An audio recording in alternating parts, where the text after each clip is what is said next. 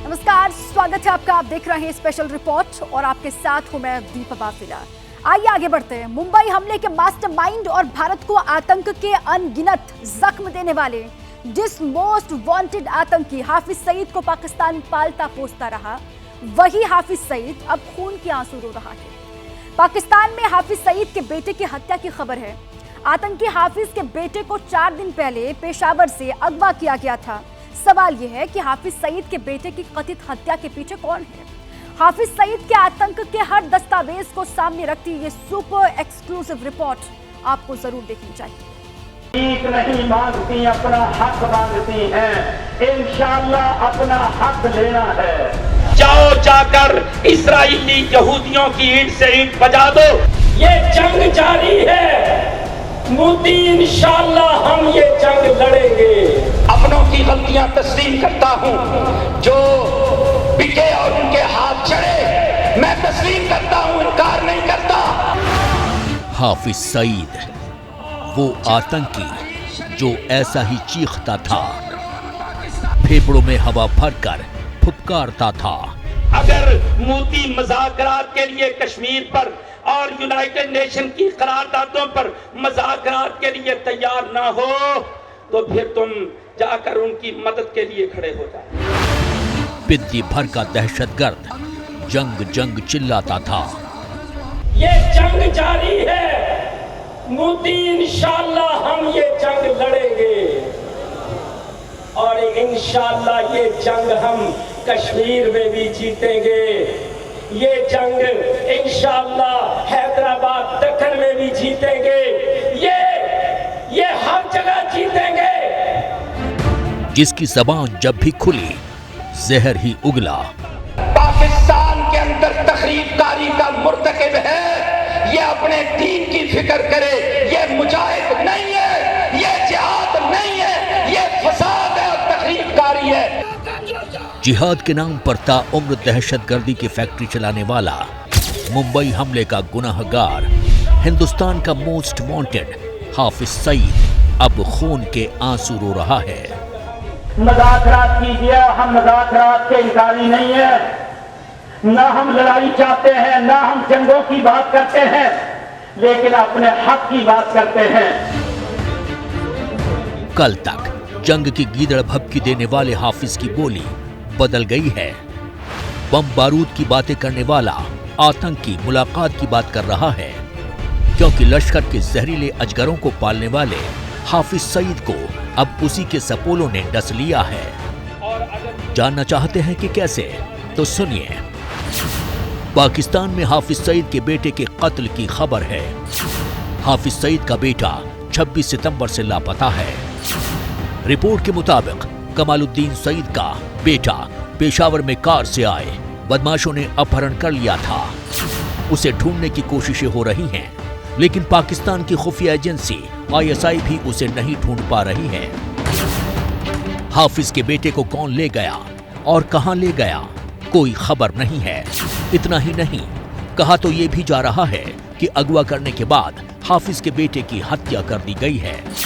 यही वजह है कि हिंदुस्तान को आतंक के अनगिनत जख्म देने वाला आतंकी हाफिज सईद तभी से आंसू बहा रहा है। लेकिन चंद साल पहले तक कैसे जहर उगलता था, जरा वो भी सुन लीजिए। सब एक बात पर इकट्ठे हो जाए कि इन साजिशों से हमने बदला लेना है और इंडिया जो इस खेल का असल जिम्मेदार है उसे बदला लेना है। इंशाअल्लाह सुकून-ए ढाका के दिन को मुंतखब किया गया इस्लाम के लिए। हम पूरे तौर पर समझते हैं कि इस साजिश के पीछे इंडिया है। इसी तरह, बिल्कुल इसी तरह लाहौर के चौराहों से लेकर मुरीदके की गलियों तक में हाफिज आतंक का जहर फैलाता रहा। इस दहशतगर्द की कट्टरता की फैक्ट्री से निकले सपोलों ने हिंदुस्तान को कई जख्म दिए, लेकिन पहली बार आतंक के आका के घर में सर्जिकल स्ट्राइक हुई। इसलिए जिन्ना के मुल्क की आतंकी एजेंसी ISI से लेकर इस्लामाबाद तक के हुक्मरान हल्कान हुए जा रहे हैं। लेकिन सवाल ये है कि हाफिज के बेटे को अगवा किसने किया? हाफिज सईद हो, मसूद अजहर या फिर सैयद सलाउद्दीन, आतंक के इन सरगनाओं को पाकिस्तान ने ही पाला पोसा है। पाकिस्तान में आतंक की अनगिनत जमातें हैं और ऐसे में माना जा रहा है कि हाफिज के बेटे की हत्या में इनमें से किसी भी आतंकी गुट का हाथ हो सकता है। जमाने भर के सामने भीख मांगना, मदद के लिए गिड़गिड़ाना और हर जगह से दुत्कार मिलना, ये जिन्ना के मुल्क का मुकद्दर बन चुका है। पाकिस्तान की थाली खाली क्या हुई कि आतंकियों के भी भूखे मरने की नौबत आ चुकी है। वैसे जिस हाफिज के बेटे को खोजने के लिए आतंकी एजेंसी ISI पेशावर से लेकर क्वेटा तक हाथ पैर मार रही है, उस हाफिज के आतंक का वही खाता भी जान लीजिए। हाफिज सईद मुंबई हमले का मास्टरमाइंड है। 26 नवंबर 2008 को हुए इस हमले में 18 सुरक्षाकर्मियों समेत 166 लोग मारे गए थे, जबकि 300 से ज्यादा लोग घायल हो गए थे। मारे गए लोगों में कई देशों के नागरिक शामिल थे। इसके साथ ही हाफिज सईद आतंकी संगठन लश्कर तैयबा का सरगना भी है। हाफिज सईद संयुक्त राष्ट्र की ओर से भी आतंकवादी घोषित हो चुका है। हाफिज पर अमेरिका ने 10 मिलियन अमेरिकी डॉलर का इनाम रखा हुआ है। जमात-उद-दावा की आड़ में हाफिज कैसे दहशतगर्दी की फैक्ट्री चलाता है, जानना चाहते हैं तो इन तस्वीरों को गौर से देखिए। लाहौर से बमुश्किल 50 किलोमीटर के फासले पर मुरीद के नाम का शहर पड़ता है। इस शहर को 1910 में अंग्रेजों ने बसाया था। इसी शहर के बीचों बीच हाफिज सईद की आतंक की फैक्ट्री चलती है, जिसकी तस्दीक ये तस्वीरें कर रही हैं। ये जो लाल रंग का गेट नजर आ रहा है, इसके दूसरी तरफ हाफिज की आतंक की सल्तनत है। अब हम अंदर दाखिल हो चुके हैं और इस वक्त अल-अज़ीज़ अस्पताल कॉलेज के सामने हैं। ये आप देख रहे हैं, शायद आपको नज़र भी आ रहा है। ये उस कॉलेज की बिल्डिंग है सारी की सारी, और रोड के दूसरी तरफ स्टूडेंट्स के क्वार्टर हैं जो यहाँ पे ज़ेर तलीम है। मुरीद के में हाफिज सईद के संगठन जमात-उद-दावा का हेडक्वार्टर है। यहीं पर हाफिज एक बड़ा मदरसा चलाता है, लेकिन ये सिर्फ दिखावे के लिए है। असल में मदरसे की आड़ में पाकिस्तान के हर कोने से कट्टरपंथियों को यहाँ लाया जाता है, जिन्हें आतंक की पूरी ट्रेनिंग दी जाती है। ये मेन ब्रांच के सामने इस वक्त हम पहुंच चुके। ये बिल्डिंग का साइड व्यू है, नज़र आ रहा है। यहाँ पे बच्चों को तलीम, ये इसका मेन हेड क्वार्टर जमात-उद-दावा मरकज़ साहब अमरीद के। ये मेन गेट है इस वक्त, जहाँ पे बच्चों को तलीम दी जाती है उस सेक्टर का। हाफिज का ये टेरर सेंटर कई एकड़ में फैला है, जिसके भीतर जाने की इजाजत कम ही लोगों को मिलती है। आतंक को पालने वाली पाकिस्तान की फौज मदरसे पर पहरा देती है। खुद हाफिज सईद यहाँ ट्रेनिंग ले रहे आतंकियों के जहन में कैसे जहर भरता था, एक बान भी सुनिए। इंतकाम लेना है। कश्मीर अल्लाह ताला ने ये इंतकाम के लिए रास्ता, और फिर देख लीजिए, जब मैं कश्मीर की बात करता हूं तो इंडिया बड़ा परेशान होता है। बड़ा वैसे मुझे खुशी भी है, पाकिस्तान के चैनल तो मेरी बात नहीं बताते, इंडिया के सारे चैनल बता देते हैं जो मैं कहता हूं। तो हमें इंशाअल्लाह इंतकाम लेना है। कश्मीर अल्लाह ताला ने ये इंतकाम के लिए रास्ता, और फिर देख लीजिए, मुसलमानों से लड़ने की बजाय मैं आपको दावत देता हूं, पाकिस्तान के अंदर तखरीबकारी का मुर्तकिब है, ये अपने दीन की फिक्र करे, ये मुजाहिद नहीं है। ये सब एक बात पर इकट्ठे हो जाए कि इन साजिशों से हमने बदला लेना है।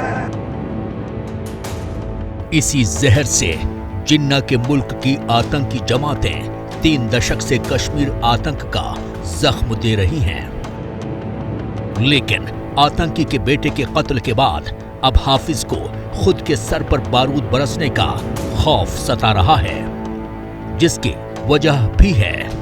2021 में हाफिज सईद के घर पर बम से हमला हुआ था। इसमें 3 लोगों की मौत हो गई थी। पिछले महीने हाफिज के करीबी सरदार हुसैन की हत्या कर दी गई और अब हाफिज के बेटे के कत्ल की खबर है। वैसे भी हाफिज सईद को 31 साल की सजा सुनाई गई है। मोस्ट वांटेड आतंकी लाहौर की कोट लखपत जेल में कैद है, लेकिन पाकिस्तानी दुनिया के सबसे बड़े दहशतगर्द को लेकर क्या कहते हैं, खुद पाकिस्तानियों से ही सुनिए, जिसे पूरी दुनिया आतंक का सबसे बड़ा अजगर मान चुकी है, जो सैकड़ों बेगुनाहों की मौत का मुजरिम है, जिसके सर पर अमेरिका ने $10 बिलियन का इनाम रखा है। वही आतंकी हाफिज सईद पाकिस्तानियों को नेक शख्स नजर आता है। यही वजह है कि पाकिस्तान की बर्बादी पर अब किसी को अफसोस नहीं होता है। पाकिस्तान बर्बाद था, है और अगर अब भी नहीं सुधरा तो बर्बाद ही रहेगा। Bureau report, ABP news. लेकिन इसी बीच एक बड़ी खबर मुंबई से आ रही है, आपको बता दें, दहिसर ईस्ट में हीरा कारखाने में भीषण आग की जानकारी है।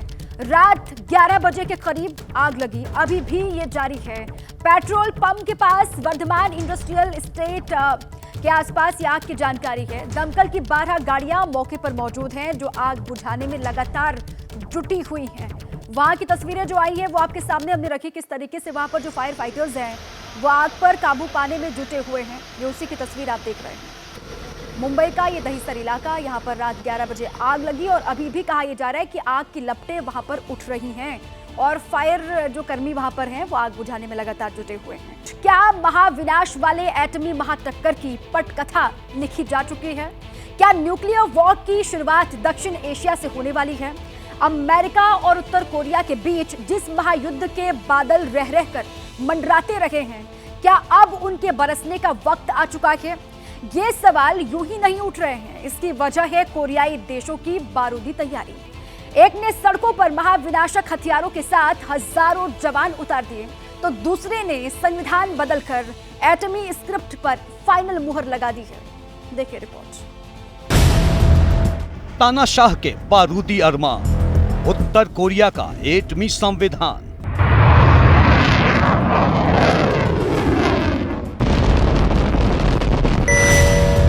क्या प्योंगयांग उठाएगा महाविनाश का परमाणु तूफान?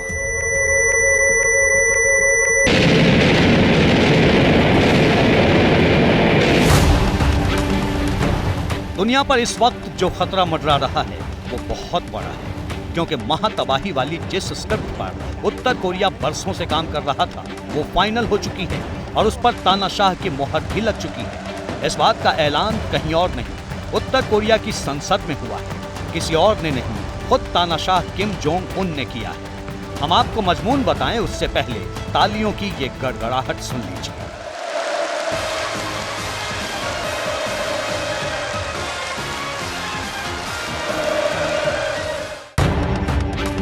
ये तालियां जितनी किम जोंग उन के लिए हैं, उससे ज्यादा 2 लाइन वाले उस संदेश के लिए जिसे उत्तर कोरिया की तरफ से लिखी गई संपूर्ण विनाश की पटकथा बताया जा रहा है।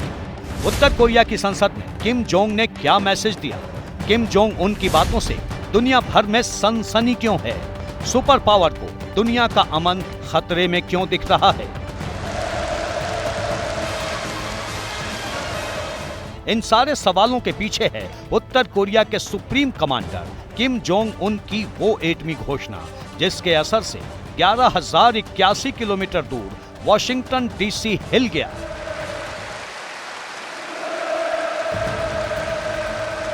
और अमेरिका की सैन्य शक्ति के केंद्र पेंटागन में सनसनी मची है। अमेरिका का पूरा डिफेंस सिस्टम प्योंगयांग की परमाणु प्रतिज्ञा की काट खोजने में जुटा है। किम जोंग उन ने उत्तर कोरिया की तथाकथित संसद में जो कुछ कहा है उसे उत्तर कोरिया की बारूदी सनक का सबसे नया सबूत, किम के परमाणु प्रेम का सबसे ताजा प्रमाण पत्र और दुनिया के अमन चैन के लिए सबसे बड़ा एटमी खतरा क्यों बताया जा रहा है, इसे उत्तर कोरिया के सुप्रीम कमांडर किम जोंग के शब्दों में समझिए। ये शक्तिशाली परमाणु हमले के औजार और हमारी शैली की नई हथियार प्रणाली के विकास की दिशा में एक बड़ी छलांग है।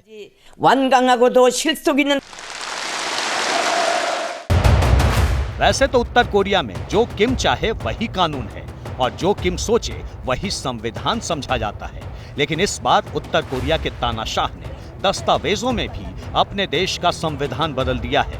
मकसद है बारूदी चोट से दुश्मन देशों के नक्शे बदलना। इसके लिए किम का प्लान क्या है वो भी बताएंगे।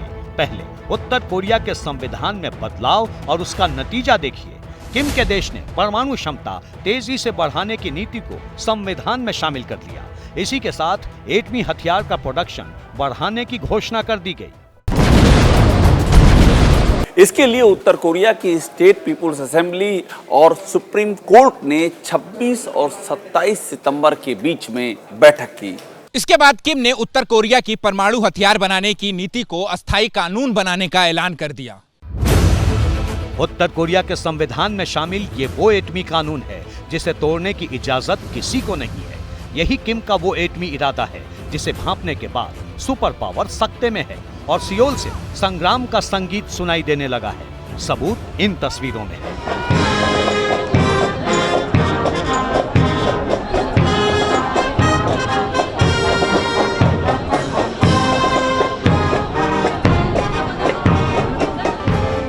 छब्बीस सितंबर को जिस वक्त किम जोंग उन दुनिया को हैरान करने वाला एटमी मार्का संविधान का ब्लूप्रिंट बना रहा था, उस वक्त सरहद पार दक्षिण कोरिया में भी बेहिसाब हलचल थी। राजधानी सियोल की सड़कों का सीन कुछ ऐसा था।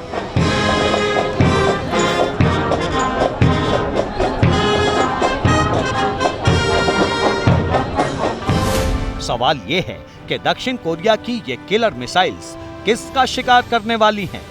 ये खतरनाक एयर डिफेंस सिस्टम किसका वार बेकार करने निकली हैं? सियोल की सड़कों पर दंदनाते ये टैंक किसे तबाह करने जा रहे हैं? मैदान जंग की तस्वीर बदलने की ताकत रखने वाली इन बख्तरबंद गाड़ियों का एक दशक में ऐसा पहली बार है जब दक्षिण कोरिया ने अपने घातक हथियारों के सारे गोदाम खोल दिए हैं। राजधानी सियोल की सड़कों पर पूरी बारूदी ताकत उतार दी है। सियोल में 10 साल बाद कोई मिलिट्री परेड हो रही है।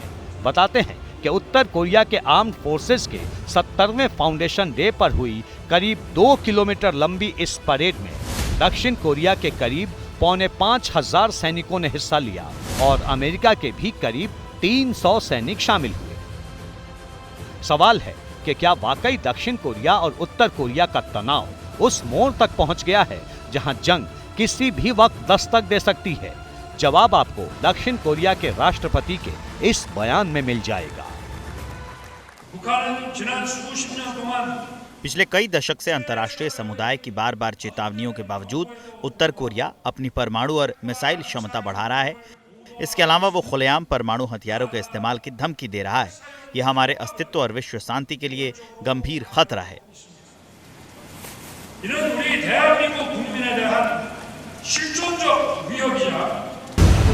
बात यहीं नहीं रुकी। साउथ कोरिया के राष्ट्रपति ने जो आगे कहा वो एटमी हसरतों वाले उत्तर कोरिया के लिए खुली चेतावनी से कम नहीं है। साउथ कोरिया के राष्ट्रपति ने दो टूक कहा कि अगर नॉर्थ कोरिया परमाणु हथियारों का इस्तेमाल करता है तो उसे साउथ कोरिया और अमेरिका के गठबंधन के कड़े प्रतिरोध का सामना करने के लिए तैयार रहना होगा। बताते हैं कि सियोल की सड़कों पर बीच बरसात हो रही परेड और साउथ कोरिया के राष्ट्रपति की चेतावनी की खबर जैसे ही उत्तर कोरिया तक पहुंची, तानाशाह किम जोंग उन के तन बदन में आग लग गई। उत्तर कोरिया ने सियोल को इसका जवाब अगले ही दिन अपने संविधान में एटमी क्लॉज जोड़ कर दे दिया। लेकिन क्या उत्तर कोरिया सिर्फ इसी के दम पर पावर बैलेंस अपनी तरफ कर पाएगा?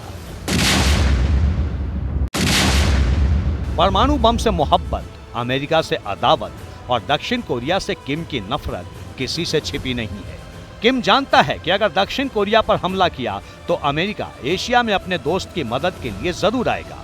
हाल के दिनों में दक्षिण कोरिया और जापान को करीब लाने की कवायद से अमेरिका अपने इरादे भी जाहिर कर चुका है। ऐसे में सवाल ये है कि क्या उत्तर कोरिया चीन और रूस से मिले कंडम हथियारों के दम पर दक्षिण कोरिया पर हमले की हिम्मत जुटा पाएगा? क्या किम दक्षिण कोरिया को दहलाने के लिए एटमी बटन प्रेस करने की जरूरत दिखा पाएगा? अगर नहीं तो उत्तर कोरिया के संविधान में एटमी इबादत का मकसद क्या है? क्या किम जोंग करना कुछ और चाहता है और दिखा कुछ और रहा है? किम के कमांडर तबाही के किस प्लान पर काम कर रहे हैं? कहते हैं किम जो कहता है वो दुनिया सुनती है, किम जो करता है वो दुनिया देखती है। लेकिन किम के दिमाग में जो चलता है उसकी भनक उसके सबसे करीबी साथियों को भी नहीं होती। खबर तब होती है जब धमाका होता है। इस बार भी ऐसा ही लग रहा है। किम जोंग उन का मुल्क उत्तर कोरिया अनाज का मोहताज है, लेकिन आवाम की भूख पर तानाशाह की एटमी हसरतें भारी पड़ रही हैं। अमेरिका की पाबंदियों के बावजूद 6 परमाणु परीक्षण कर चुका उत्तर कोरिया अब एक कदम और आगे बढ़ने वाला है। किम जोंग उन की तरफ से किसी भी वक्त 7वें परमाणु परीक्षण का ऐलान हो सकता है।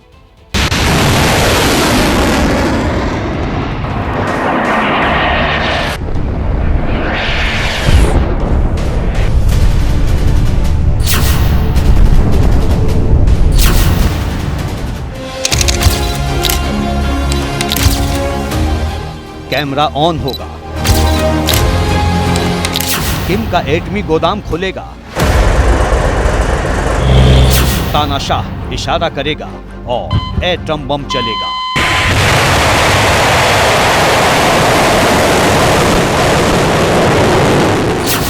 किम की प्रतिज्ञा भारी, दुनिया कर ले महाजंग की तैयारी।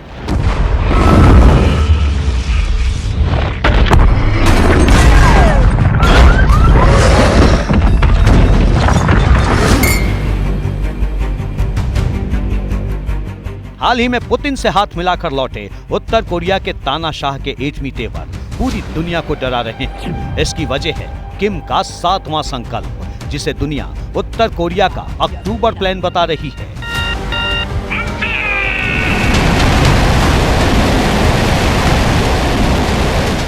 एक, 2, 3, 4, 5, 6 और अब बारी है 7वें एटम परीक्षण की, जिसके लिए घड़ी की टिक टिक तेज हो चुकी है। दावा किया जा रहा है कि उत्तर कोरिया 7वें एटमी परीक्षण की तैयारी बड़ी तेजी से कर रहा है।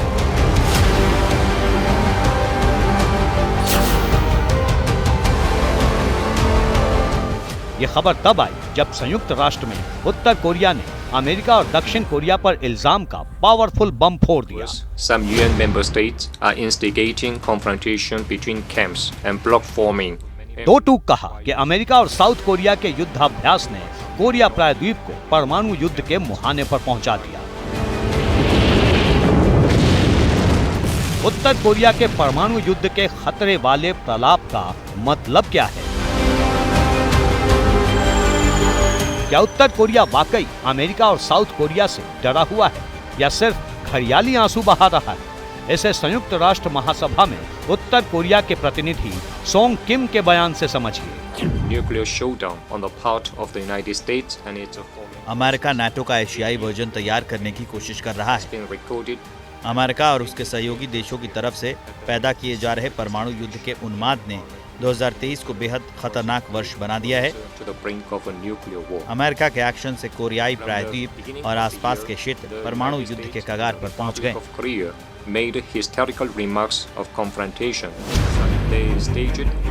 उत्तर कोरिया ने एक तरफ संयुक्त राष्ट्र में ये बयान दिया, फिर डंके की चोट पर खुद को परमाणु शक्ति संपन्न देश घोषित किया और इसी के साथ आधुनिक परमाणु हथियार बढ़ाने की कवायद तेज कर दी। वैसे भी मसला एटम बम का हो तो किम किसी की न तो फिक्र करता है न किसी से दबता है। सवाल है कि किम कूटनीति की परवाह क्यों नहीं करता? एटम बम से किम ने अब तक क्या हासिल कर लिया? जवाब सीधा है, एटम बम से किम के देश को रोटी बेशक नहीं मिलती, लेकिन उसे अमेरिका के दुश्मनों का साथ और उनकी मदद जरूर मिलती है। सबूत है किम को हाल ही में मॉस्को से मिला red carpet welcome. Western world ने तब दावा किया था कि मॉस्को दौरे से किम को कुछ हासिल नहीं हुआ, लेकिन असली असर अब दिखाई पड़ा है। रूसी एयरफोर्स का इल्यूशन IL-62 प्लेन गुपचुप प्योंगयांग पहुंचा। प्योंगयांग में 2 दिन रुकने के बाद गुरुवार को यह मॉस्को लौट गया। इस प्लेन के बारे में न रूस कुछ बोला न उत्तर कोरिया ने जुबान खोली, लेकिन फ्लाइट रडार 24 ने सारी पोल पट्टी खोल दी। मीडिया रिपोर्ट्स में अनुमान लगाया जा रहा है कि प्योंगयांग गए इल्यूशन IL-62 में रूसी सेना के अधिकारी होंगे जो आर्म्स डील पर बात कर रहे होंगे। दावा किया जा रहा है कि रूस के इसी प्लेन ने अगस्त में भी उत्तर कोरिया का चक्कर लगाया था। अगस्त में इसके उत्तर कोरिया पहुंचने से पहले रूसी रक्षा मंत्री सर्गेई शोइगु भी प्योंगयांग गए थे। हालात बता रहे हैं कि अमेरिका के लिए स्थिति बहुत अच्छी नहीं है। अगर उत्तर कोरिया और रूस में वाकई डील हो गई तो किम के एटमी इरादों को कंट्रोल करना अमेरिका के लिए बेहद मुश्किल हो जाएगा। इसके अलावा एटमी ताकत बन चुके उत्तर कोरिया और रूस की यारी अमेरिका के खिलाफ चीन को भी नया हौसला दे सकती है। खबरों की तह तक जाना और सच खोज के लाना ताकि आप रहें आगे।